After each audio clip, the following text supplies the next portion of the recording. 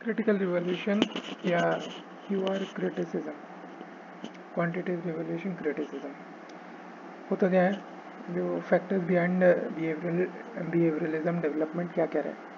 Mid 1960s तक मैंने जो थे बहुत सारे लोग रिलीजन हो चुके थे, जो मॉडल्स डेवलप करे जा रहे थे human geographers of positive orientation के द्वारा, सिंस वो फेल हो रहे थे रियल लाइफ सिचुएशन से रिलेट करने में।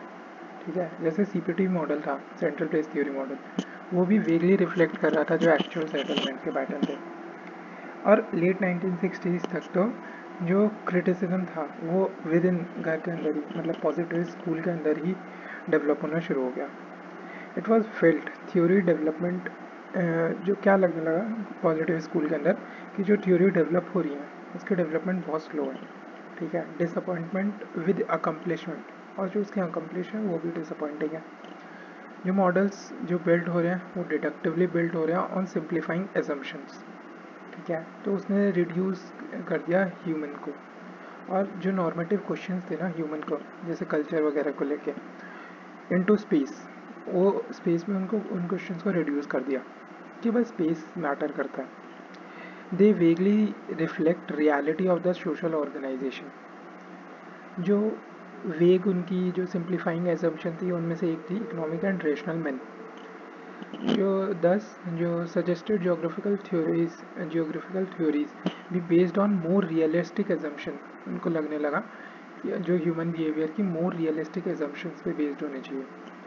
Arrived at after field research, ठीक है, जो इंडक्टिव मेथड से फील्ड रिसर्च करेंगे उस पर उन रियलिस्टिक एजम्पशंस पे फिर बेस्ड हो थ्योरीज। ठीक है, तो जो बिहेवियरलिज्म अप्रोच है ना उसे न्यू पॉजिटिविस्ट भी कहते हैं। ठीक है, क्यों कहते हैं, क्योंकि उनका जो बेसिक पॉजिटिविस्ट गोल होता था कि construction of the geographical science, वो गोल उनका बेसिकली वही रहा, क्या कि उनको यूनिवर्सल लॉज एंड थ्योरीज बनानी है और इंडक्टिव मेथड यूज़ करके बनानी है। ठीक है, रेदर देन डिडक्टिव वे में जो क्यूआर में हो रहा था, क्वांटिटेटिव रिवॉल्यूशन में। कंसेप्ट क्या है बिहेवियरल जोग्राफी का, उसका जो बेसिक टेनेट है ना, की टेनेट उसका ये है कि जो ह्यूमन जोग्राफी के मॉडल्स हैं वो इम्प्रूव करे जा सकते हैं bye incorporating more realistic assumptions. जैसे कि डिस्टेंस ऑब्जेक्टिव नहीं है, डिस्टेंस एक सब्जेक्टिव चीज़ है। क्यों सब्जेक्टिव चीज़ है? It takes into consideration means cognition that arises from the perceptual knowledge acquired by senses. जो उसने नॉलेज एक्वायर करी है ना उसके कारण उसके दिमाग में कोई मेंटल इमेज बनी होगी कि डिस्टेंस की कितना दूर है, तो इसीलिए distance is subjective. It tried incorporating principles of both positivism and idealism, दोनों के प्रिंसिपल्स को उसने इनकॉर्पोरेट करने की कोशिश करी as human decision to based on objective as well as the subjective realities. तो इसीलिए उसने भी पॉजिटिविज्म और आइडियलिज्म को दोनों इनकॉर्पोरेट करने की कोशिश करी बिहेवियरल जोग्राफी में। अब पोटियस जेडी पोटियस जेडीपी जेडीपी जीडीपी होता है ना, ऐसे जेडीपी जेडीपी ने बोला तीन इन्वायरमेंट्स, जेडीपी ने तीन इन्वायरमेंट्स को रिकॉग्नाइज करा दैट जो इन्फ्लुएंस कर रही है किसी भी इंडिविजुअल के डिसीजंस को। पहली उसने बोली phenomenal environment, second is personal environment, तीसरी is contextual environment. Phenomenal environment मतलब जो फिजिकल ऑब्जेक्ट्स हैं, पर्सनल एनवायरनमेंट मतलब जो उसकी परसीव्ड इमेजेस है उस फिनोमिनल एनवायरनमेंट की, तीसरी कंटेक्चुअल एनवायरनमेंट जो कंटेक्स्ट भी अगर ऐड हो जाए ना, जैसे कि कल्चर, रिलीजियस बिलीफ, एक्सपेक्टेशंस, ये कंटेक्स्ट भी अगर ऐड करते हो तो उसमें कंटेक्चुअल एनवायरनमेंट होती है। जो ऑब्जेक्टिव है बिहेवियरल जोग्राफी का ऑब्जेक्टिव था क्या, एक तो मॉडल्स डेवलप करना ह्यूमैनिटी के, ठीक है, जो बेस्ड ऑन ऐसे रियलिस्टिक एजम्पशंस पे बेस्ड हो। ऑल्टरनेटिव टू जो क्वांटिटेटिव रिवॉल्यूशन की लोकेशनल थ्योरीज है ना, उनका एक ऑल्टरनेटिव ढूंढने की कोशिश, कुछ मॉडल्स डेवलप करने की कोशिश बिहेवियरल जोग्राफी कर रहा था to define and understand subjective environment that influence decision making by unfolding spatial dimension of the psychological and social theories। Psychological और सोशल थ्योरीज जो है ना उनकी कुछ स्पेशल डायमेंशंस भी हैं, उनको अनफोल्ड करके जो है हमें सब्जेक्टिव एनवायरनमेंट को डिफाइन करना है और समझना है, क्योंकि इस सब्जेक्टिव एनवायरनमेंट के बेसिस पे ही डिसीजन लिए जा रहे हैं। तीसरा गोल है उसका to search for methods, models तो डेवलप करने हैं बट कुछ मेथड्स यूज़ करके ही करे जाएंगे। अदर देन मैथमेटिकल और स्टैटिस्टिकल मेथड जो यूज़ करे जा रहे थे ना, उनके अलावा कुछ मेथड ढूंढने, अडॉप्ट करनी है एक interdisciplinary approach for theory building. अभी क्वांटिटेटिव रिवॉल्यूशन में केवल मैथ्स, स्टैटिस्टिक्स यही वाले जो सब्जेक्ट्स थे ना वो इनकॉर्पोरेट हुए। अब हमें एक इंटरडिसिप्लिनरी अप्रोच चाहिए जिसमें मोर फ्रीडम हो, ठीक है। इंडक्टिव अप्रोच चाहिए, इंटरडिसिप्लिनरी अप्रोच चाहिए, इंडक्टिव अप्रोच चाहिए। कुछ मेथड डेवलप करने हैं तो कुछ मॉडल डेवलप करने हैं। इंडक्टिव, इंटरडिसिप्लिनरी, मेथड्स, मॉडल्स और सब्जेक्टिव इन्वॉल्वमेंट। इंडक्टिव अप्रोच के अंदर क्या है, तो जो डेटा है ना वो लेबोरेटरी का डेटा यूज़ ना करें, एक प्राइमरी डेटा कलेक्ट करा जाए ह्यूमन बिहेवियर को लेके, और उसके बाद इंडक्टिव अप्रोच के थ्रू मॉडल्स डेवलप करे जाए। अब जो अपना अप्रोचेस इन बिहेवियरल जोग्राफी है वो दो फेजेस में है। फेज़ वन में क्या है, in early phase of the development behavioural geography mainly concern with study of behavioural patterns in space, that is study of path. तो जो बिहेवियरल जोग्राफी का अर्ली फेज है ना वो मेनली कंसर्न था बिहेवियरल पैटर्न्स को लेके, ठीक है। मतलब स्टडी ऑफ पाथ, पाथ मतलब वो जो सीक्वेंस है, जो डिसीजंस लिए गए हैं जिससे वो बिहेवियरल पैटर्न बना है, ठीक है। तो उन बिहेवियरल पैटर्न की स्टडी को लेके ही पूरा फोकस था।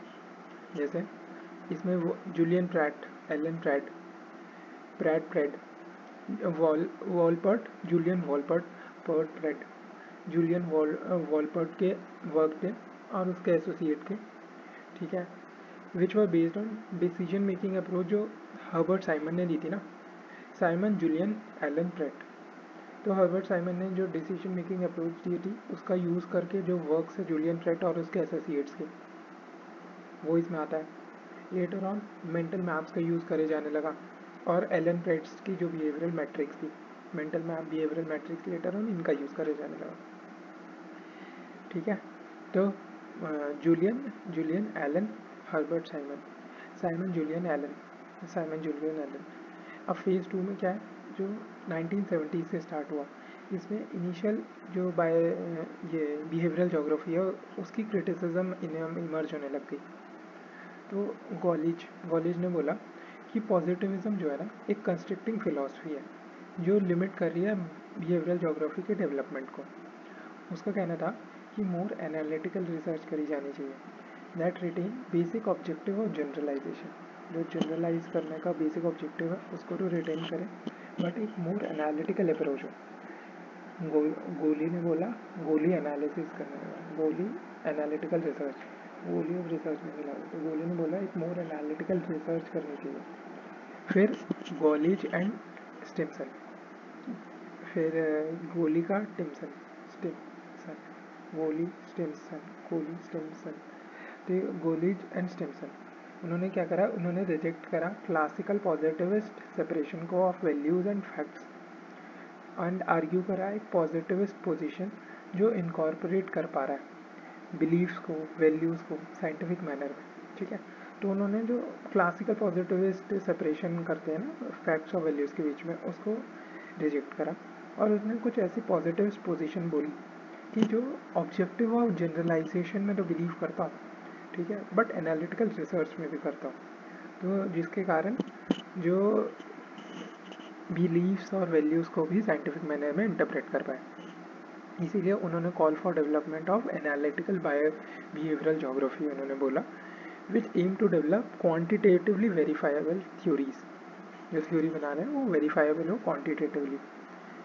अब दूसरा है changes of methods and approaches used in behavioural geography, ये भी चेंज होने लगे। जैसे कि earlier form of structural mental mapping, ठीक है, पहले स्ट्रक्चरल मेंटल मैपिंग करी जा रही थी, अब क्या करी जाने लगी, इवेल्युएटिव मेंटल मैपिंग, तो स्ट्रक्चरल से इवेल्युएटिव पे आ गई। अब ग्रेटर यूज़ करने जाने लगा मेथड्स का, जैसे कि mathematical and statistical methods, game theory, utilisation maximum theory, maximisation theory, इनका ज़्यादा यूज़ करे जाने लगा to process available information on behaviour and understand causes of the behaviour. Development of the behavioural approach in geography, ये develop हुई कैसे, ठीक है। अब जो बिहेवियरलिज्म था and study of the human behaviour, वो अर्ली जोग्राफर्स के वर्क में भी था। जैसे कि जो कांत थे, उन्होंने क्या करा था, कांत का व्यू था cognitive structuring of the space by human actor. So for him कोई सब्जेक्ट ऑब्जेक्ट डाइकोटमी थी ही नहीं, ठीक है। इसीलिए उन्होंने एम्फेसाइज करा कॉन्सेप्ट पे न्यूमेना और फिनोमेना। न्यूमेना और फिनोमेना, फिनोमेना क्या है, objects as they appear to us, ठीक है। न्यूमेना क्या है, न्यूमेना क्या है कि objects as they are in themself. Noumena objective reality के बारे में बात कर रहा है और फिनोमेना जो हमारी परसेप्चुअल रियलिटी है उसके बारे में बात कर रहा है। तो कॉग्निटिव स्ट्रक्चरिंग और स्पेस के बारे में कांत ने बोला कि उसको कोई सब्जेक्ट ऑब्जेक्ट डाइकोटमी नहीं है। It can be seen in cultural determinism of Carl Sauer की कल्चरल डिटर्मिनिज्म में भी बिहेवियरलिज्म दिख सकता है। अब पर जो कंटेम्प्रेरी बिहेवियरलिज्म अप्रोच है ना, ये post world war two develop हुई। One of the earliest attempt जो इस उसमें लिया गया ना, इस क्रिटिकल रिवॉल्यूशन में, ये लिया गया शिकागो यूनिवर्सिटी के द्वारा in 1950s and 60s। Chicago university 50s and 60s। अब इसमें शिकागो में गिलबर्ट वाइट थे। शिकागो में गिलबर्ट वाइट ने 1945 में एक human reaction to flood hazards पे ना एक पेपर लिखा।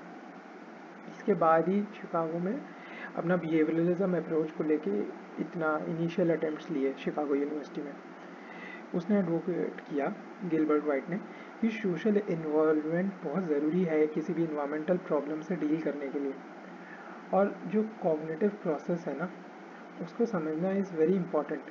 Understanding cognitive process is central to adjustment strategies. तो एक तो हमें सोशल इन्वायरमेंट चाहिए, दूसरा हमें कॉग्निटिव प्रोसेसेस को भी समझना पड़ेगा, सोसाइटी को समझना पड़ेगा और ह्यूमन को समझना पड़ेगा, ठीक है। फिर Herbert Simon, Gilbert white, Herbert Simon, 1956 में उन्होंने पेपर लिखा जिन्होंने असर्ट किया कि decision makers have bounded rather than perfect knowledge of the environment, ठीक है। बाउंडेड नॉलेज है डिसीजन मेकर्स के पास और वो एक अनसर्टेन कंडीशंस में ऑपरेट कर रहे होते हैं। हेंस जो उनकी रेशनैलिटी होती है वो बाउंडेड होती है और केवल सेटिस्फैक्ट्री आउटकम्स ही दे सकती है।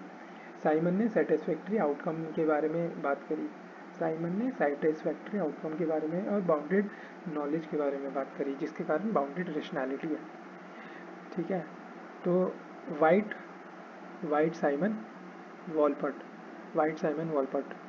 अब वॉलपट ने, जूलियन वॉलपट ने पेपर लिखा the decision process in spatial context.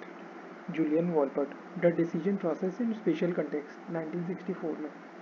उन्होंने एनल्स में Association of American geographers, in Annals Association of American geographers में पेपर लिखा, इंट्रोड्यूस करा उन्होंने ह्यूमन जोग्राफर्स को बिहेवियरल ऑल्टरनेटिव्स को लेके। तो जूलियन वॉलपट का ये इनिशिएटिव ना, ऐसे कह सकते हैं कि टर्निंग पॉइंट रहा।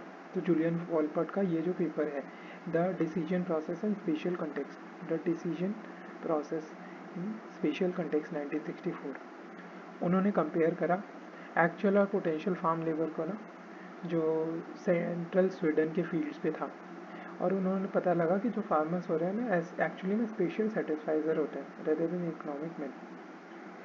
ही concluded allowance must be made for man's finite capabilities, ठीक है, परसीव और स्टोर करने की इंफॉर्मेशन, ऑप्टिमल सॉल्यूशन कंप्यूट करने की कैपेबिलिटीज़ उनकी, आउटकम्स प्रिडिक्ट करने की कैपेबिलिटीज़। अब इवन इफ अगर उसका प्रॉफिट वो है ना, तब भी हमें उसको ये अलाउंसेस देने पड़ेंगे कि वो सारी इन्फॉर्मेशन ना उसके पास है, ना स्टोर कर सकता, ना उसको यूज़ कर सकता, ना प्रिडिक्ट कर सकता। जो अपना वॉलपट थे, उन्होंने अपने एसोसिएट्स के साथ continued behaviour approach in other human geography fields such as migration में भी उन्होंने करी। केवल उन्होंने इसमें नहीं करी, एग्रीकल्चर लेबर प्रोडक्टिविटी में नहीं, उन्होंने अदर ह्यूमन जोग्राफी के फील्ड्स में भी करी। ही कंक्लूडेड जो ग्रेविटी मॉडल्स है ना, वो इनएडिक्वेट है कॉम्प्लिकेटेड माइग्रेशन पैटर्न्स को रिप्रेजेंट करने के लिए, क्योंकि वो बाउंडेड रेशनैलिटी ऑफ ह्यूमंस को ना कंसिडरेशन में नहीं लेते। जो real humans make sequential decisions, real human makes sequential decision, that is first decide whether to move or not, then मतलब जो बाउंडेड रेशनैलिटी है उनकी, और जो दूसरा वो डिसीजंस लेते हैं वो सिक्वेंशली लेते हैं। पहले वो डिसाइड करते हैं कि मूव करना भी है या नहीं करना, देन दे डिसाइड कि अगर ठीक है मूव करना है, but based on utility then वो वेरियस डिसीजंस लेंगे। दस जो हमारा वॉलपर्ट था उसने हेराल्डेड किया, heralded does Wolpert heralded behavioural geography, मतलब उससे हेल्ड हाई ऐसे बिहेवियरल ज्योग्राफी को। अब वॉलपर्ट से 2 साल पहले मतलब 1964 था वो, the decision process in special context, the decision process in special context 1964। फिर केट 1962 मेजर प्रोपोनेंट रहा ये बिहेवियरलिस्टिक अप्रोच का। ठीक है, इस अप्रोच में क्या बोला गया, in his flood management study he said the way human view opportunities or threats of their uncertain environment play a significant role in their resources and disaster management। ठीक है, जो केट था ना इन फ्लड मैनेजमेंट की study में, जो flood management की पढ़ाई में, ठीक है, उसने क्या करा, he said that human view opportunities और थ्रेट्स, ठीक है, अनसर्टेन इन्वायरमेंट की जो अपॉर्चुनिटीज़ और थ्रेट्स हैं वो अपने अकॉर्डिंग देखता है। ठीक है, अब प्ले अ सिग्निफिकेंट रोल उसकी रिसोर्स और डिजास्टर मैनेजमेंट में। He develop a scheme for studying men's decisions. ठीक है, एक स्कीम डेवलप करी मेंस के डिसीजन को समझने के लिए, और उसमें 4 एजम्पशंस उसने ली। पहली एजम्पशन है पीपल आर बाउंडेडली रेशनल अपने डिसीजंस लेते हुए, people make choices but most are habitual behaviours. ठीक है, पीपल चॉइसेस लेते हैं बट बहुत सारी चॉइसेस उसकी हैबिचुअल बिहेवियर होती है, जो इनिशियली उन्होंने कुछ कॉन्शियस डिसीजंस लिए होते हैं बट फिर उनका स्टीरियोटाइप रिस्पॉन्स जनरेट हो जाता है सिमिलर टाइप ऑफ सिचुएशन के लिए। जो चॉइसेस होती हैं वो किसी नॉलेज के बेसिस पे लिए जाती हैं, बट ये बहुत रेयर है कि उनकी नॉलेज एक तो कंप्लीट हो और वो उसे पूरी नॉलेज को एसिमुलेट कर पाए और सबको यूज़ कर पाए डिसीजन मेकिंग के दौरान। ठीक है, information is evaluated on the basis of some predetermined criteria। ठीक है, that is historically determined on basis of one's culture, values and experiences। ये behavioral metrics है जिसकी x एक्सिस जो है ability to use perceived information दिखा रहा है, y एक्सिस उसकी quality और quantity of the perceived information दिखा रहा है। तो जैसे जैसे वो इधर की तरफ बढ़ेगा तो उसके पास quality and quantity of information भी बढ़ती जा रही है और उसकी ability to use perceived information भी बढ़ती जा रही है। तो ये optimal case scenario behavioural matrix ये वो है जो एलन प्रेट ने दिया। अब हमारे पास कुछ और चीज़ें बची हैं, कुछ अप्रोच बचे हैं, जैसे कि पहले मेंटल मैप्स की अप्रोच हम देखते हैं। टर्म जो है ना मेंटल मैप अप्रोच, ये पहली बार यूज़ करी वूलरिज ने। ठीक है, कब यूज़ करी, 1956 में, 1956 में यूज़ करी। ठीक है, 1956 में हर्बर्ट साइमन ने वो पेपर भी लिखा था, जिस पेपर में वो कह रहा है कि बाउंडेड रेशनैलिटी है और सेटिस्फैक्ट्री आउटकम्स है। तो 1956 में वुलरिज ने पहली बार mental maps approach term use करी। बट जो पीटर गोल्ड थे ना, पीटर गोल्ड, उन्होंने 1966 में मतलब 10 साल डिकेड बाद पेपर में इस अप्रोच को पॉपुलराइज किया।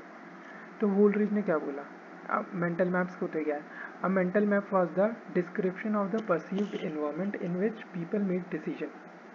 कुछ नहीं है, ये perceived environment जो दिमाग लोगों के है ना उसका डिस्क्रिप्शन है, जिस perceived environment के बेसिस पे लोग डिसीजन ले रहे होते हैं। Men draw upon mental images as resources in interpreting spatial desirability, their organization of spatial routines and their decision making transaction as satisfying agents।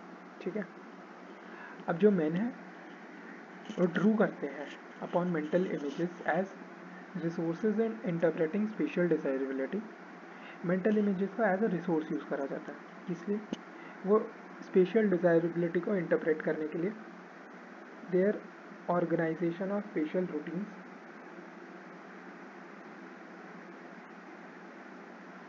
Special routines को ऑर्गेनाइज करने के लिए their organization of spatial routines and their decision making transaction as satisfying agents। ठीक है, that is Peter gold का कहना था कि जो मेंटल इमेजेस हैं मेन होल्ड ऑफ स्पेस, वो एक की प्रोवाइड चाबी प्रोवाइड करते हैं to understand some of the structures patterns और प्रोसेसेस जो ह्यूमन वर्क्स के हैं, ठीक है। तो गोल्ड ने क्या बोला, मेंटल इमेजेस एक जो दिमाग में है लोगों के, मेन होल्ड ऑफ स्पेस, वो की टू अंडरस्टैंड प्रोवाइड करते हैं जो भी स्ट्रक्चर्स पैटर्न्स और प्रोसेसेस तुम्हें दिखते हैं ना ह्यूमन वर्क्स में, वो उसको डिटरमाइन करता है, ठीक है। जो मेंटल मैच अप्रोच है ना, उसके 3 फंडामेंटल एजम्पशंस हैं। एक तो पीपल लोग के दिमाग में कोई इन्वायरमेंटल इमेज हो भी, ठीक है, these can be identified accurately by researchers, ये भी हो सकता है, एंड स्ट्रॉन्ग रिलेशन हो इन्वायरमेंटल इमेजेस और एक्चुअल बिहेवियर्स के बीच में, ठीक है। अब पीटर गोल्ड ने और क्या क्या बोला, पीटर गोल्ड ने बोला कि जो लोकेशन के डिसीजन है वो taken with respect to the perceived environment quality. Gould ने बोला कि लोकेशन के डिसीजन उसके दिमाग में जो परसीव्ड इन्वायरमेंट क्वालिटी है ना उसके बेसिस पे लिए जाएंगे, and thus necessary to know कि जो लोग हैं वो इवेल्युएट कैसे कर रहे हैं अपनी इन्वायरमेंट को, और वेदर जो जैसे वो इवेल्युएट कर रहे हैं क्या उनके कंटेम्प्रेरीज भी उनके व्यूज़ को शेयर कर रहे हैं।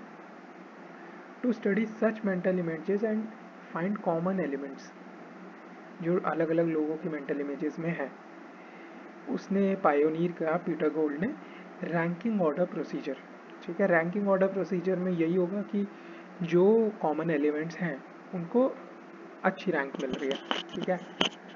मतलब ये ज़्यादा लोग इसको इसी तरीके से इवेल्युएट कर रहे हैं इन्वायरमेंट को, ठीक है। विद दिस उन्होंने हेराल्ड किया ग्रुप मेंटल मैप अप्रोच। अब अगला है डाउन। डाउन ने रिकॉग्नाइज किया 2 बड़ी ब्रॉड अप्रोचेस, ठीक है, जो मेंटल मैपिंग में प्रिविलेंट थी। एक तो स्ट्रक्चरल अप्रोच, दूसरी है इवैल्यूएटिव अप्रोच।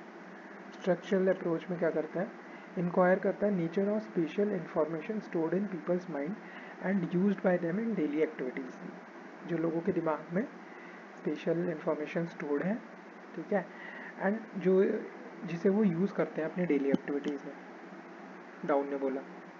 और इवैल्यूएटिव अप्रोच क्या है कि study factors that people consider important about their environment. ये क्या है, स्पेशल इंफॉर्मेशन स्टोर्ड, जो स्पेशल इंफॉर्मेशन उनके दिमाग में स्टोर है, ठीक है, जिसे वो डेली एक्टिविटीज़ में यूज़ करते हैं, ठीक है। तो ये स्ट्रक्चरली अप्रोच कर रहा है और ये इवैल्यूएटिवली अप्रोच कर रहा है कि जो पीपल कंसिडर इम्पॉर्टेंट, स्टडी उन फैक्टर्स को स्टडी करो जो लोगों को इम्पॉर्टेंट लगते हैं उनकी इन्वायरमेंट के बारे में, ठीक है, and how after estimating there relative importance, और कैसे उनकी रिलेटिव इम्पोर्टेंस को एस्टिमेट करके, ठीक है, वो डिसीजन मेकिंग में यूज़ कर रहे होते हैं। तो स्ट्रक्चरल एंड इवैल्यूएटिव डाउन ने बोला, DAC, down structural evaluative DAC. Evaluative approach के साथ ना जोग्राफर्स एक वाइडर फील्ड में मूव करके कॉग्निटिव मैपिंग के, ठीक है, जिसमें वो साइकोलॉजी की जो ब्रांच है उसके साथ डील करने लगे, जो कॉग्निटिव ब्रांच प्रोसेसेस के साथ डील करते हैं उसके साथ उसमें इंडल्ज हो गए। अब जो ह्यूमनिस्टिक जोग्राफर्स है ना, क्रिटिसाइज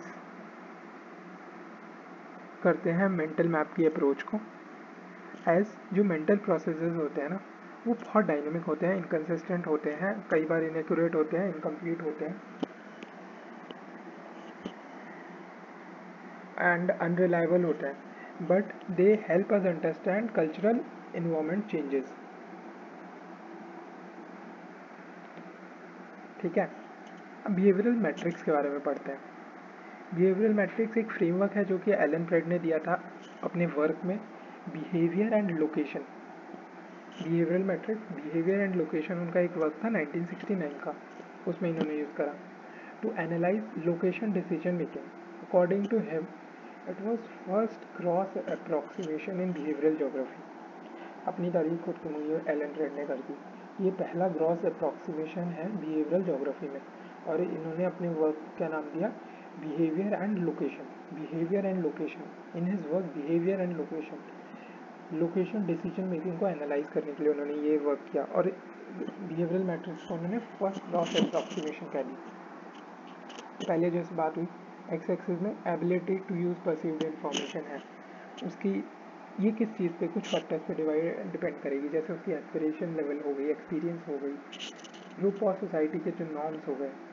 फिर दूसरी है quality and quantity of the perceived information, ये भी कुछ फैक्टर्स पे डिपेंड करेगी, स्पेशल फैक्टर जैसे individual not stay at a position in the matrix, वो लर्न करते हैं, गेन करते हैं एक्सपीरियंस, ठीक है, और वो मैट्रिक्स में मूव करते रहते हैं, ठीक है।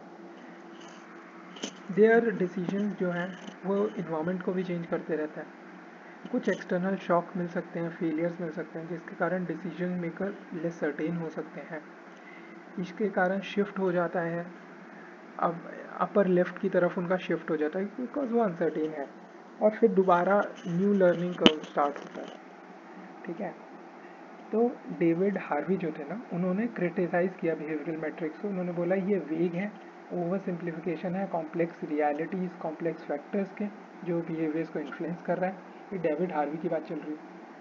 ही सजेस्टेड 2 अल्टरनेटिव्स, उन्होंने बोला बिहेवियरल ज्योग्राफी की अगर डेवलपमेंट करनी है ना, 2 अल्टरनेटिव उन्होंने बोले, एक तो नॉर्मेटिव थ्योरीज को फर्दर डेवलप करो, या फिर स्टोकेस्टिक लोकेशन थ्योरी को, ठीक है, स्टोकेस्टिक लोकेशन थ्योरी को डेवलप करो, कंस्ट्रक्ट करो। अब अगला हम देखते हैं टाइम ज्योग्राफी। ये हैगस्टन ने डेवलप करी थी 1960s में, बट प्रेड ने क्या इसको 1970s में एक वाइडर ऑडियंस प्रोवाइड करी। तो प्रेड ने ये कॉन्सेप्ट को यूज़ करा to elaborate behavioural geography approaches, ठीक है, टाइम ज्योग्राफी यूज़ करी बिहेवियरल ज्योग्राफी अप्रोच को, ठीक है, एलेबोरेट करने के लिए एंड क्रिटिक करने के लिए स्पेशल एनालिसिस जो अप्रोच थी ना क्यूआर की, उसको इलेबोरेट टाइम ज्योग्राफी यूज़ करी बिहेवियरल ज्योग्राफी को प्रमोट करने के लिए और क्रिटिक करने के लिए स्पेशल एनालिसिस को। अकॉर्डिंग टू टाइम ज्योग्राफी क्या है ना कि जो टाइम एंड स्पेस है वो दोनों रिसोर्सेज हैं, ठीक है, जिनका जो कंस्ट्रेंट करते हैं ह्यूमन एक्टिविटी को स्पेस के अंदर, ठीक है, तो उसके बिहेवियर को कंस्ट्रक्ट करते हैं। Any behaviour requiring movement involves individual tracing a path simultaneously through space and time. अगर कोई भी मूवमेंट हो रही है ना, तो वो रिक्वायर करती है कि इंडिविजुअल करे, एक पाथ ट्रेस करे स्पेस एंड टाइम के बीच में। ये जो मूवमेंट है ना उसकी इंडिविजुअल की, वो कंस्ट्रेंट होती है 3 तरीके से, एक तो कैपेबिलिटी कंस्ट्रेंट, कैपेबिलिटी, कपलिंग और अथॉरिटी कंस्ट्रेंट, ये 3 तरीके के कंस्ट्रेंट होते हैं CCA, capability, coupling, authority, capability, coupling, authority. Capability constraint में क्या है कि टाइम कंस्ट्रेंट हो सकता है, जैसे कि जो लोगों का होता है वो स्लीप साइकिल होता है, रात में नहीं आ सकते। स्पेस कंस्ट्रेंट हो सकता है, पहाड़ी इलाकों में ट्रांसपोर्टेशन नहीं बन सकती है ज़्यादा स्केल पे। कपलिंग कंस्ट्रेंट हो सकता है, जैसे कि मे रिक्वायर सर्टन इंडिविजुअल और group to be at particular place at a stated time, ठीक है, जैसे कोई लोग घूमने अपने ग्रुप्स में जाते हैं, तो ये कपलिंग कंस्ट्रेंट हो गई कि उनकी जो मूवमेंट थी, उनका जो बिहेवियर था वो रेस्ट्रेंट हो गई, तो कपलिंग कंस्ट्रेंट हो गया। फिर तीसरा है अथॉरिटी कंस्ट्रेंट, जो है may preclude people from being stated location at defined times, ठीक है, जैसे कि अगर किसी हॉन्टेड प्लेस में रात को 7 बजे के बाद नहीं आना, तो पर्टिकुलर प्लेस में और पर्टिकुलर टाइम के बाद अथॉरिटी ने कंस्ट्रेंट कर दिया, ठीक है, तो CCA, कैपेबिलिटी, कपलिंग और अथॉरिटी कंस्ट्रेंट। अब उसके बाद जो है हैगस्टन via time geography aims to address concerns over quality of the life, ठीक है, and implication of packing of people together in space and time. To explain principle of togetherness उसने 3 कॉन्सेप्ट अगेन यूज़ करे, पहले उसने 3 constraints बताए, अब उसने 3 concept use करे। जो हैगस्टन ने बेसिकली टाइम ज्योग्राफी को कॉन्सेप्ट किया था ना, ये तो इसलिए यूज़ करा था कि क्वालिटी ऑफ लाइफ को इम्प्रूव कर सके, ठीक है, क्योंकि वो ह्यूमंस की क्या टाइम एंड स्पेस को रिसोर्स मान रहा है, टाइम एंड स्पेस को रिसोर्स मान रहा है, तो वो क्वालिटी ऑफ लाइफ इम्प्रूव करने के लिए मान रहा है। पहला है कॉन्सेप्ट ऑफ पाथ और life lines, that is succession of situation trace by an individual.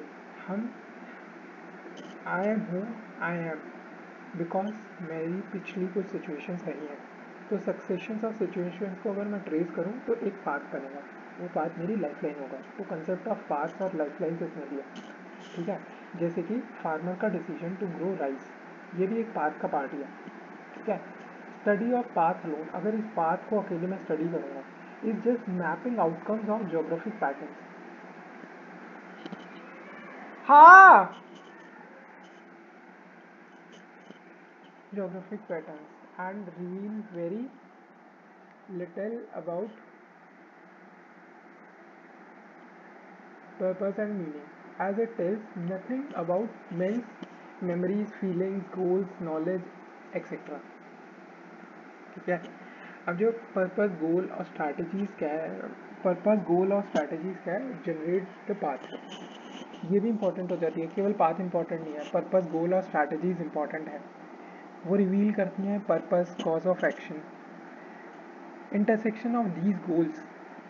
जब ये गोल्स और स्ट्रैटेजीज, प्रोजेक्ट्स ये सब मिलते हैं ना, तो ये एक सिचुएशन प्रोड्यूस करता है.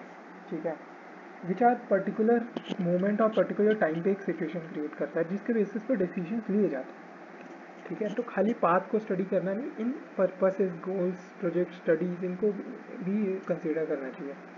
Goals, geographical study of situation. Traditionally it uses concept. पहले क्या करते हैं, अगर किसी भी सिचुएशन की हमें जियोग्राफिकल स्टडी करनी है तो हम कॉन्सेप्ट ऑफ लैंडशाफ्ट करा देते हैं और द लैंडस्केप और द रीजन. ठीक है, कि कोई लैंडस्लाइड आई. ठीक है, उस लैंडस्लाइड से सॉल्विंग मारे गए. अब उसमें अगर हमें इस सिचुएशन की ज्योग्राफिकल स्टडी करनी है तो अब देखेंगे कि लैंड जो था वो, हम उसके रीजन पे चले जाएंगे, लैंडस्केप पे चले जाएंगे, लैंडशाफ्ट पे चले जाएंगे. ठीक है, बट अकॉर्डिंग टू हैगरस्टैंड ना, ये इनसफिशिएंट है, बिकॉज ह्यूमन जो है ना वो keepers of memories, intention, thoughts etcetera भी होते हैं. ठीक है, तो खाली इसकी स्टडी करना इज इनअप्रोप्रिएट. फॉर एग्जाम्पल, उस एरिया में लैंडस्लाइड आती रही है but people still live there. क्यों? ठीक है, ये सब चीज़ें तो पहले से पता थी, तो खाली ये सिचुएशंस को एनालाइज नहीं, बिकॉज जो वहाँ पे हाउसेज बन रहे हैं, क्या पता वो सस्ते हो, क्या पता वो उनका ट्रेडिशनल लैंड रहा. तो मेमोरीज, इंटेंशन, थॉट्स को स्टडी करना भी इंपॉर्टेंट हो जाता है. इसीलिए हैगरस्टैंड ने एक नया कॉन्सेप्ट दिया, डियोरामा का. डियोरामा कंसेप्ट क्या होता है? डियोरामा इज एन एरिया, ठीक है, where people live in their usual environment, where all sorts of entities are in touch with each other in a mixture produced by history, whether visible और not. ठीक है, डियोरामा एक area है जहाँ पे people usually रहते आए हैं. ठीक है, एक इन्वायरमेंट है जिसमें यूजुअली रहते आए हैं, इसमें हर एंटिटी उनके टच में है. ठीक है, और ये एक मिक्सचर प्रोड्यूस कर देता है जो हिस्ट्री में, हिस्टोरिकल टाइम्स में वहाँ रहते आए हैं, तो एक मिक्सचर प्रोड्यूस कर देता है. ठीक है, जो विजिबल हो चाहे ना हो बट वो है. ठीक है, एक कल्चर जनरेट कर देता है. Changes in methodologies in behavioural geography, ये कैसे कैसे चेंज हो रही है. As approaches in behavioral geography change, so does the methodologies used evolved. जैसे कि इनिशियल मेथडोलॉजीज जो है वो फेवर करती थी only study of the path और पैटर्न्स को, इसलिए वो इम्फेसाइज करती थी नॉर्मेटिव या स्टोकेस्टिक मॉडल्स को. स्टोकेस्टिक मतलब प्रोबेबिलिटी वाले. तो नॉर्मेटिव एंड स्टोकेस्टिक मॉडल्स को वो प्रमोट ही इसीलिए करती थी क्योंकि वो केवल पाथ की स्टडी यूज़ कर रहा है, लाइफ लाइन्स की सीरीज ऑफ सिचुएशन की स्टडी कर रहा है. तो वो प्रोबेबिलिटी उनमें देखता था, नॉर्मेटिव देखता था, normative and stochastic models use होते थे. ट्राई रेप्लिकेट करता था कि रियल वर्ल्ड सिचुएशन में कैसे पहुँचे. अब जैसे जैसे एनालिटिकल बिहेवियरल ज्योग्राफी इमर्ज होती है, ठीक है, तो हमने उसमें देखा था कि वो इवैल्यूएटिव स्ट्रक्चरल अप्रोच की जगह इवैल्यूएटिव अप्रोच यूज़ होने लग गई. With emergence of analytical behavioural geography जो है, studies and methods became more quantitative. Quantitative उनका एनालिसिस होने लगा, मोर क्वांटिटेटिव होती गई चीज़ें, with more emphasis on statistical procedures for analysing categorical data. ठीक है, एनालिटिकल एनालिसिस की जरूरत है तो मोर क्वांटिटेटिव होती चाहिए, मोर क्वांटिटेटिव होती चली गई तो स्टैटिस्टिकल प्रोसीजर यूज़ करने लगा. किस लिए यूज़ करने लगा? कैटेगोरिकल डेटा को एनालाइज करने के लिए. It aims explaining variations in behaviour. ठीक है, ये बिहेवियर में जो वेरिएशंस है ना उसको एक्सप्लेन करने की कोशिश करता है. लेट 70s 80s में जो है काफ़ी सारे चॉइसेस मॉडल डेवलप होने लगे जो थ्योरी ऑफ यूटिलिटी मैक्सिमाइजेशन पे बने हुए थे ना. तो जो ये सच थ्योरीज हैं प्रपोज करते थे decision maker select from choices presented to them according to utility. Choices जो हैं वो इवेल्युएट होती हैं और डिसीजंस लिए जाते हैं। 1980s के बाद से जो कंप्यूटर है वो इंक्रीजिंगली यूज होने लगा पॉपुलेशन के बिहेवियर को समझने के लिए, ठीक है। Game theory has been used in recent time to achieve this. Shortcoming क्या है बिहेवियरल ज्योग्राफी की? बिहेवियरल ज्योग्राफी की कुछ शॉर्टकमिंग्स भी रही हैं ऑफकोर्स। तो उसकी कुछ शॉर्टकमिंग्स हैं जो कि वो पॉजिटिविस्टिक आइडियोलॉजीज जो है ना उसको रीइन्विग्रेट करता है, ठीक है। उस पर ज़्यादा फोकस है पॉजिटिविस्ट आइडियोलॉजीज पे, इसीलिए तो इसे न्यू पॉजिटिविस्टिक बोला था, ठीक है। तो इसको करेक्ट करने की ज़रूरत है क्योंकि पॉजिटिविज्म के कारण जो ह्यूमैनिज्म है वो आउट ऑफ ज्योग्राफी जा रहा था, ठीक है। तो this became railing point of the criticism. सबसे ज़्यादा क्रिटिसिज्म इस पर इसकी होती है। तो जो फंक्शनलिस्ट अप्रोच को प्रमोट करते हैं ना उसके प्रोपोनेंट्स, वो इसको क्रिटिसाइज भी करते थे कि लार्ज गैप है थ्योरी और प्रैक्टिस के बीच में। बिहेवियरल ज्योग्राफी कहती है कि हम वो करेंगे, क्या कहते हैं कि ये डिसीजन मेकर्स का डेटा कलेक्ट करेंगे, हमारी तो इंडक्टिव अप्रोच है, बट ये इंटरेक्ट ज़्यादा करें साइकोलॉजिस्ट के साथ रेदर देन डिसीजन मेकर के साथ। ह्यूमनिस्टिक अप्रोच वाले लोग क्या कहते हैं कि जो पॉजिटिविज्म एंड वैल्यूज़ है, positivism and values given approaches for criticise by humanism for positivism के लिए अप्रोच, ठीक है। और वैल्यूज़ को जो सेकेंडरी रोल असाइन कर दिया गया है, ह्यूमनिस्टिक अप्रोच का ये कहना था। मार्क्सिस्टिक ज्योग्राफर्स जो थे उनका कहना था कि ये निगलेक्ट कर रहा है स्ट्रक्चरल फैक्टर्स जो ह्यूमन बिहेवियर को पैदा करते हैं ना, ठीक है। The more focus is on positivism, ठीक है। पॉजिटिविस्टिक अप्रोच लॉ मेकिंग पे ज़्यादा फोकस है, वो स्ट्रक्चरल पैटर्न्स को आइडेंटिफाई नहीं करना चाह रहा, ठीक है। लाइफ लाइन पे पाथ पे ज़्यादा फोकस है रेदर देन एनालिसिस पे। मच डेटा जो बिहेवियरल जोग्राफर्स यूज़ कर रहे हैं वो लेबोरेटरी एक्सपेरिमेंट से आ रहा है, ठीक है। अभी भी जो कंसेप्ट हैं वो काफ़ी लूजली डिफाइंड है, ना कि क्वांटिटेटिव रिवॉल्यूशन जैसे। तो लैक ऑफ सिंथेसिस है, एम्पेरिकल फाइंडिंग्स है, पुअर कम्युनिकेशन है, कन्फ्लिक्टिंग टर्मिनोलॉजीज है। जो criticise for assumption particularly with respect to environmental images, जो एजम्पशन मान ली गई है कि इन्वायरमेंटल इमेजेस ह्यूमंस के माइंड में है ही, क्या कोई इसके ऊपर रिसर्च हुई है? क्या कोई कंसेंसस है accurate method in environmental images को एक्सट्रैक्ट करने का, या कोई रिसर्च जो स्ट्रॉन्ग रिलेशनशिप दर्शाए इन्वायरमेंटल इमेजेस और डिसीजन मेकिंग के ऊपर? क्योंकि हम कहते थे क्या करते कुछ है, तो how this is strongly related. अब फिर कंक्लूजन क्या है, जो जो डिस्पाइट क्रिटिसिज्म बिहेवियरल ज्योग्राफी के ना, ये वन ऑफ द पैराडाइम्स था जो 3 मेजर पैराडाइम्स इस मल्टी पैराडिग्मेटिक फेज में आए ह्यूमन ज्योग्राफी के पोस्ट क्यूआर, उसमें ये वन ऑफ द पैराडाइम तो था ही। इट इंश्योर्स कॉन्टिन्यूटी इंश्योर्स करता है ये पॉजिटिविस्टिक फिलॉसफी की, अदरवाइज तो पॉजिटिविस्टिक फिलॉसफी मरी जाती। It provide many theoretical models to understand geographical activity in space, ठीक है। ये थियोरेटिकल मॉडल्स प्रोवाइड करता है ताकि जियोग्राफिकल एक्टिविटीज़ को समझ पाए और इम्प्रूव कर पाए अपने प्रीवियस लोकेशनल मॉडल्स को ना। अर्ली 1960s में बोला गया बिहेवियरल ज्योग्राफी जो थी रैपिडली एक्सपेंडिंग है, एंड थ्रू आउट 1960 ये असर्ट करा जाता था कि जो ज्योग्राफी है ना वो एक सेकेंड रिवॉल्यूशन, ठीक है, क्रिटिकल रिवॉल्यूशन या बिहेवियरल रिवॉल्यूशन के अंदर गो थ्रू कर रहे हैं। बट हुआ क्या, एक ग्रेजुअल इमर्जेंस हुआ, कंसोलिडेशन हुआ कुछ सेट ऑफ अप्रोचेस का। ऐसा क्यों? बिकॉज क्वांटिटेटिव रिवॉल्यूशन में जो था ना वो एक कोहेरेंट आइडेंटिटी थी, पर बिहेवियरल ज्योग्राफी के पास वो नहीं थी। Because diverse interdisciplinary approach use हो रही थी, डाइवर्स स्ट्रैंड्स ऑफ थॉट जो थे, सेवरल एकेडमिक डिसिप्लिन इंक्लूड हो गए थे, तो एक कोहेरेंट आइडेंटिटी नहीं थी। और अनलाइक क्वांटिफिकेशन ना, जो बिहेवियरल ज्योग्राफी थी not accord to spirit of current high human geography in which spatial aspect was, अभी भी जो था ना स्पेशल एस्पेक्ट पे ही ज़्यादा फोकस था जो करंट जो ह्यूमन ज्योग्राफी थी ना, तो बिहेवियरल ज्योग्राफी उससे अकॉर्ड नहीं कर पाई।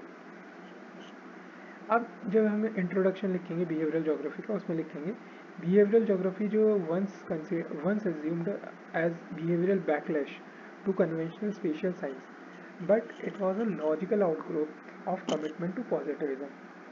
Logical outgrowth to commitment to positivity. ये एक अप्रोच है ह्यूमन ज्योग्राफी में जो कंसीडर करती है cognition as a key to understand human spatial behaviour. ठीक है, ये ज्योग्राफिकल पैटर्न्स पे तो फोकस कर ही रही है बट ह्यूमन की कॉग्निशन पे ज़्यादा फोकस कर रही है कि इसे कह रही है कि it is key to understand, ठीक है, स्पेशल बिहेवियर्स। ये एक डेवलपिंग क्रिटिसिज्म है क्वांटिटेटिव रिवॉल्यूशन की। ठीक है, जैसे कि हमने अभी बोला ना, gradual emergence and consolidation of set of approaches, तो ये डेवलपिंग क्रिटिसिज्म है। इसमें क्या, मैन को इकोनॉमिक एंड रेशनल मैन नहीं कंसिडर करा जा रहा, इसमें उसे responder to a stimuli consider करा जा रहा है। ये फोकस करता है how different men respond to same stimuli, response of same individual to same symbol पर डिफरेंट सिचुएशन में। ठीक है, अब जो शिफ्ट इन अप्रोच हुआ क्वांटिटेटिव रिवॉल्यूशन से बिहेवियरल ज्योग्राफी में, वो एक ग्रेजुअल था रेदर देन रेडिकल चेंज। अब उसके कुछ चेंजेस के पॉइंट्स पढ़ लेते हैं। मेन इकोनॉमिक एंड रेशनल माना जाता था क्वांटिटेटिव रिवॉल्यूशन के अंदर, बट अब क्या, मैन उसके कॉग्निशन पे फोकस होने लगा, तो man as a thinking being consider करा जाने लगा, who perceives information interpreted and then. पहले डिडक्टिव मेथडोलॉजी यूज़ करी जाती थी, अब इंडक्टिव, लेबोरेटरी डेटा यूज़ नहीं करना है अब जो थी, अब जो रिसर्च करनी है उसके बाद जो डेटा आएगा वो यूज़ करना है। पहले स्पेशल पैटर्न्स को अनकवर करने के लिए क्वांटिटेटिव रिवॉल्यूशन काम कर रही थी, अब सोशल बिहेवियर्स जो वो पैटर्न्स बना रहे हैं उन पे ज़्यादा फोकस हो गया, जो कि कॉग्निशन पे फोकस है। पहले economics and statistics main subjects थे, अब जो ज्योग्राफी है वो मल्टी डिसिप्लिनरी हो गई थी, और बिहेवियरल साइंसेस, सोशल साइकोलॉजी, ये सब सब्जेक्ट इंक्लूड होने लग गए थे। पहले सीक्वेंस ऑफ जो थे रीजन थॉट्स माने जाते थे कि रीजन थॉट से कोई भी ऑप्शंस को इवेल्युएट करा जा रहा है। अब subconscious impulse, self conscious deliberations, ठीक है, पीपल आर थिंकिंग मी, ठीक है, तो वो डेलिब्रेट कर रहे हैं, सेल्फ कॉन्शियस डेलिब्रेशन कर रहे हैं। तो individuals are reduce to point in time and space. पहले इंडिविजुअल्स को इतना छोटा कर दिया गया था, टाइम एंड स्पेस पे रिड्यूस। अब क्या, इंडिविजुअल्स की जो सब्जेक्टिविटी थी was space to acquire dual character, पहले इंडिविजुअल को ही रिड्यूस कर दिया, अब स्पेस को ही डुअल कैरेक्टर बना दिया गया। स्पेस अब ऑब्जेक्टिव इन्वायरमेंट भी है, बिहेवियरल इन्वायरमेंट भी है। ठीक है, तो इसके लिए शॉर्टकट है man deduce spatial patterns via reason thoughts and himself reduce to point. Man reduce कर रहे हैं स्पेशल पैटर्न्स को रीजन थॉट्स के द्वारा, बट खुद ही वो रिड्यूस हो गए टू पॉइंट। आ रहा हूँ। जो मेन इन्वायरमेंट रिलेशनशिप था मॉडिफाइड बाय परसेप्शन, जो मेन इन्वायरमेंट रिलेशनशिप है, बिहेवियरल ज्योग्राफी उसी को तो स्टडी कर रही है ना। तो मेन इन्वायरमेंट रिलेशनशिप जो है वो परसेप्शन से मॉडिफाई हो रहा है, जैसे कि इन्वायरमेंट, इमेज और बिहेवियर, तीन है, इन्वायरमेंट, इमेज और बिहेवियर। बेस्ड ऑन ये बोल्डिंग का मॉडल था ना, कन्वेंशनल पैराडाइम माना जाता है कि एक इन्वायरमेंट होगी बाई बिहेवियर, इमेज, इन्वायरमेंट होगी, उससे एक इमेज बनेगी, उससे कुछ बिहेवियर होगा, environment, image, behaviour. Boulding model based on Boulding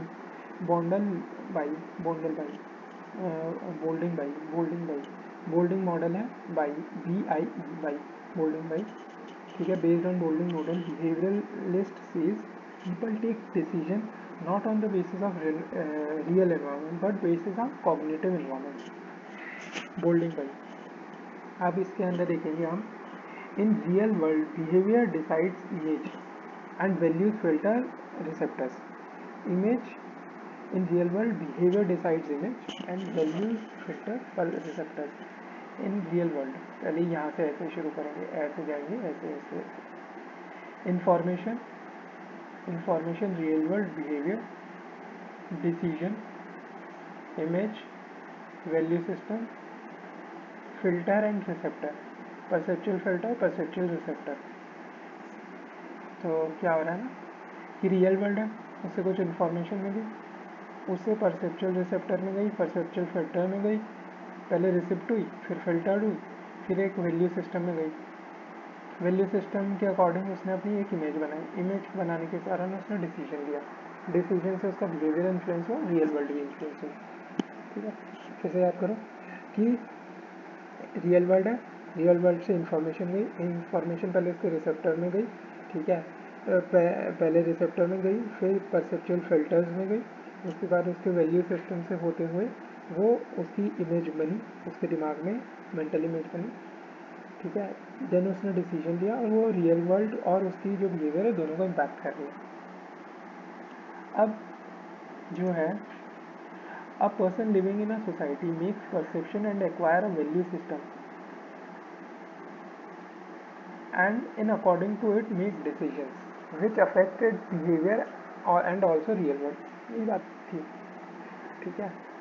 ये डाउन ने दिया, Boulding by Down, Boulding by Down, ये feels later, Boulding Boulding Down feels later, Boulding Down feels later, Boulding Down feels later start हुआ।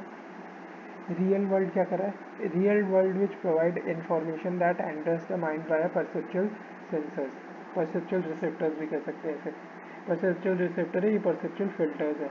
Real world I, real world से information, real world से information, फिर perceptual sensors या perceptual receptor कह रहे हैं, then perceptual filter, उसके बाद an image of the real world which interact with own, own क्या है उसका वैल्यू सिस्टम है और इमेज बनी, image of the real world which interact with its own, ठीक है। इसके कारण वैल्यू सिस्टम, जो वैल्यू सिस्टम है उसने इमेज को इम्पैक्ट किया और जो ये फिल्टर से इंफॉर्मेशन है उसने भी इमेज को इम्पैक्ट किया, वैल्यू सिस्टम फिल्टर्स को इम्पैक्ट कर रहे हैं। जो डिसीजन लिया गया होगा, डिसीजन विच रिजल्ट इन, ये उसका वैल्यू सिस्टम पे इम्पैक्ट कर रहा है। डिसीजन क्या लिया जा सकता है कि हमें मोर इन्फॉर्मेशन चाहिए, मोर इन्फॉर्मेशन के बाद रियल वर्ल्ड के बाद जाएगा, search for more information, decision लिया गया, decision which result in, decision लिया गया वो या तो मोर इन्फॉर्मेशन मांग सकता है जिसके लिए रियल वर्ल्ड चाहिए, या वैल्यू सिस्टम को इम्पैक्ट कर सकता है जो इमेज को इम्पैक्ट करेगा, या वो स्पेशियल बिहेवियर को इम्पैक्ट करेगा जो कि रियल वर्ल्ड को इम्पैक्ट करेगा। ठीक है, तो ये हमने पढ़ लिया, इसे देख लेते हैं। पहले हमने फैक्टर्स पढ़े बिहेवियरलिज्म डेवलपमेंट को लेके, मिड 1950s में क्या थे, लेट 1960s में क्या थे। पहले डिल्यूजन जो था, सेकंड वो पिजन पॉजिटिव स्कूल ही क्रिटिसिज्म आने लग गया। फिर जो थी बिहेवियरलिज्म अप्रोच को न्यू पॉजिटिविस्ट भी कहते थे, तो इसके पॉजिटिविस्ट गोल के बारे में और इंडक्टिव अप्रोच के बारे में बात करिए। Then concept of behavioural geography के बारे में बात होती है। अब उसमें क्या कहते हैं कि मोर रियलिस्टिक एजम्पशंस ये इंश्योर करता है, ठीक है, जैसे डिस्टेंस सब्जेक्टिव या डिस्टेंस ऑब्जेक्टिव के बारे में है, ठीक है। फिर ये कहता है कि पॉजिटिविज्म और डेविज्म दोनों को फॉलो करता है, ठीक है, क्योंकि इसमें ऑब्जेक्टिव एंड सब्जेक्टिव रियलिटीज दोनों है। जी.डी. पोर्टियस ने अपने 3 इन्वॉल्वमेंट के बारे में बोला, पीपीसी। ऑब्जेक्टिव्स क्या है बिहेवियरलिज्म के, मॉडल्स डेवलप करना है, उन मॉडल्स के लिए नए मेथड्स को सर्च करना है, ठीक है। फिर इंटरडिसिप्लिनरी अप्रोच और इंडक्टिव अप्रोच, ये दो है। फिर डिफाइन करना है सब्जेक्टिव इन्वॉल्वमेंट को। अब अलग अलग अप्रोचेस की बात करिए बिहेवियरल ज्योग्राफी में, फेज़ 1 फेज़ 2। फेज़ 1 के अंदर क्या है, बिहेवियरल पैटर्न्स की स्टडी पे ज़्यादा फोकस है, that is study of the past. इसमें क्या कौन कौन है, अपना Simon Julian Elon, Simon Julian Allan, इसमें 3 नाम याद रखना है, Simon Julian Elon, Simon Julian Allan. Allan Pred ने अपनी बिहेवियरल मैट्रिक दी थी, मेंटल मैप लेटर डेवलपमेंट में। फेज़ 2 में जो 1970s में के बाद इनिशियल बिहेवियरल ज्योग्राफी की क्रिटिज्म स्टार्ट हो गई।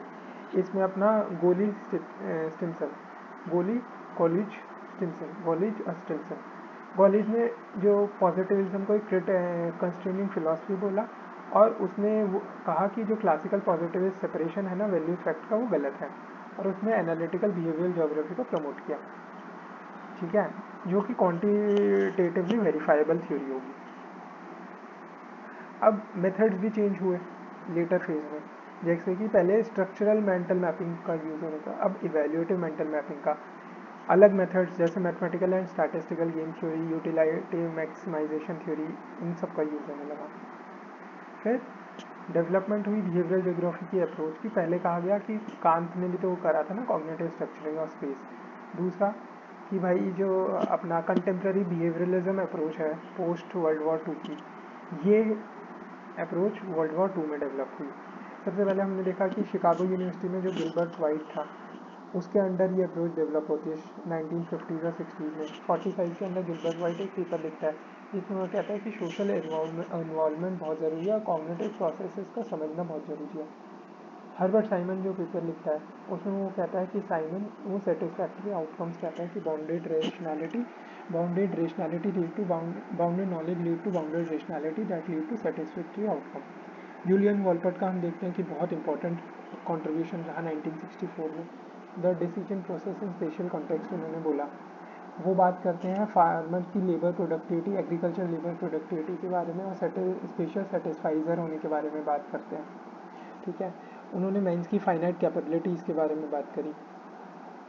ग्रेविटी मॉडल्स को भी उन्होंने इनएक्यूरेट बताया क्योंकि ये बाउंडेड रेशनैलिटी को कंसीडर ही नहीं करते। फिर हमने केट के बारे में बात करी। ठीक है, जो फ्लड मैनेजमेंट के ऊपर बता रहा है कि जो ह्यूमन व्यू है वो अपॉर्चुनिटीज़ और थ्रेट से जो उनका परसेप्शन है उसको लेके उससे इन्फ्लुएंस होते हैं। फिर ये ह्यूमन ज्योग्राफी में जो 4 एजम्पशंस है, जैसे लोगों की बाउंडेड रेशनैलिटी है, हैबिचुअल बिहेवियर्स बन जाते हैं उनके, ठीक है, और भी चीज़ें उनके बारे में, ये बिहेवियरल मैट्रिक्स है। मेंटल अप्रोच में हमने देखा कि वूलरिज ने पहले दी, बाद में पीटर गोल्ड उसने करी डेवलप। मेंटल इमेजेस जो है उनका रोल क्या होता है, वो इंटरप्रेट करती है स्पेशल डिज़ायरेबिलिटी, ऑर्गेनाइजेशन और स्पेशल रूटीन, इन सब में हेल्प करती है। जो मेंटल मैप है उसकी 3 फंडामेंटल एजम्पशंस हैं। ठीक है, कि इन्वायरमेंटल इमेज होनी ही चाहिए, उस इमेज का रोल होना चाहिए एक्चुअल बिहेवियर को इन्फ्लुएंस करने में और एक्यूरेटली रिसर्चर उसे वो कर पाए।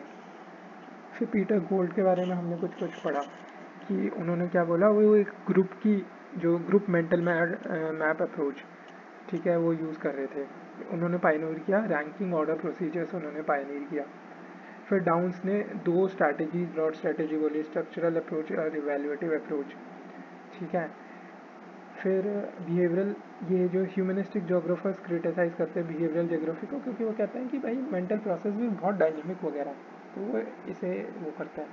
बिहेवियरल मैट्रिक जो एलन फ्रेड ने अपने वर्क में बिहेवियर एंड लोकेशंस में दिया, ठीक है, उसमें एक्स एक्सिस है, वाई एक्सिस है, ह्यूमंस अपना स्टेबल नहीं रहते, मैट्रिक्स में घूमते रहते हैं। डेविड हार्वी ने भी इस मैट्रिक्स को क्रिटिसाइज़ किया और इससे बोला अच्छा, इससे अच्छा तो नॉर्मेटिव थ्योरी यूज़ कर लो या स्टोकेस्टिक लोकेशन थ्योरी यूज़ कर लो।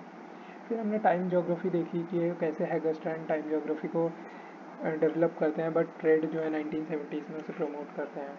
ये टाइम और स्पेस को क्या है, रिसोर्स मानता है, जिससे ह्यूमन एक्टिविटी कंस्ट्रेंट होती है स्पेस में। फिर ये कहता है कि अगर इंडिविजुअल को मूवमेंट करनी है ना स्पेस और टाइम में, तो कैपेबिलिटी कंस्ट्रेंट लगते हैं, कब CCA लगता है उस पर।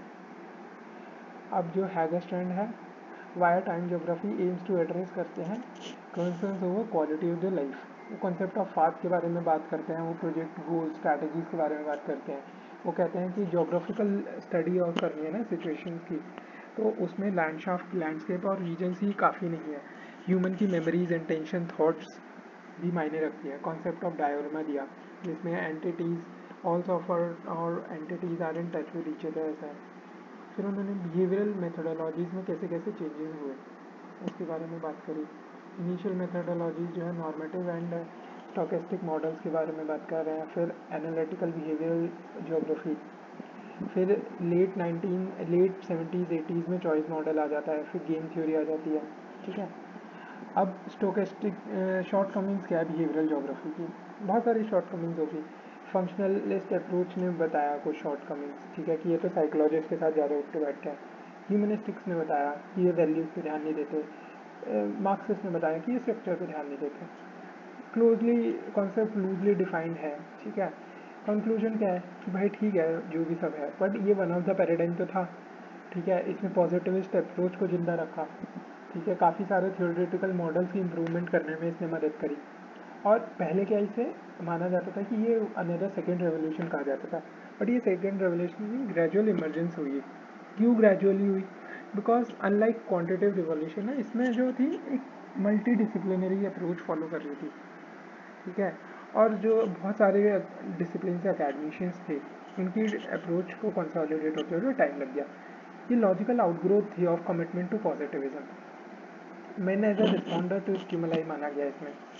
ठीक है. डेवलपिंग क्रिटिसिज्म थी. फिर हमने ये देखा man deduce spatial patterns by reason thoughts and himself reduce to a point. फिर हमने ये देखा in real world behaviour decide image and values and filter. ठीक है. ये हो गया.